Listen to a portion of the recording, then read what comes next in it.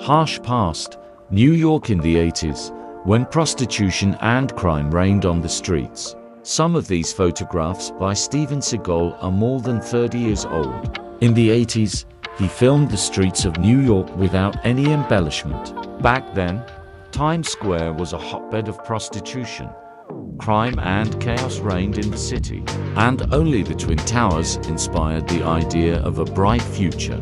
It was during this period that the struggle of local authorities against antisocial behavior began, which so overshadowed the reputation of New York. But Seagal managed to capture the other side of the Big Apple.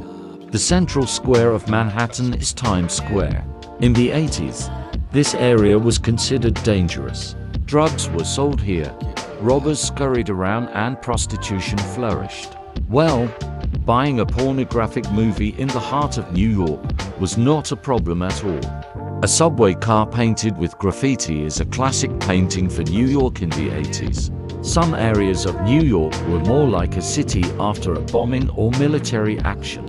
A man in a wheelchair is sitting at the entrance to the subway, covering a bottle of alcohol with a paper bag.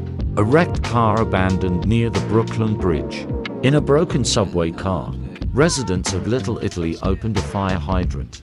Then it was a popular entertainment among children. African American teenagers take part in the protest and carry a placard with the inscription "We Are People Too." 30 years ago, there were very large income differences between New Yorkers. Now this inequality has been smoothed out.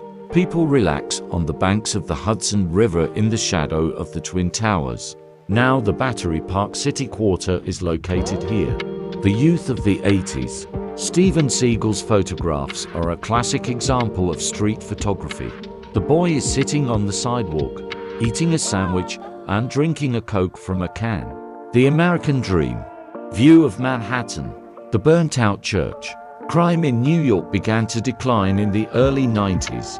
The authorities actively fought against the antisocial behavior of local residents, conducting a so-called zero-tolerance policy. People received fines, even for minor offenses of drinking alcohol in public places, graffiti, hooliganism. All this has helped New York become the way we see it now. And the Big Apple has changed so much that today's young people, looking at the works of Steven Seagal, simply do not believe and do not recognize the New York of the 80s.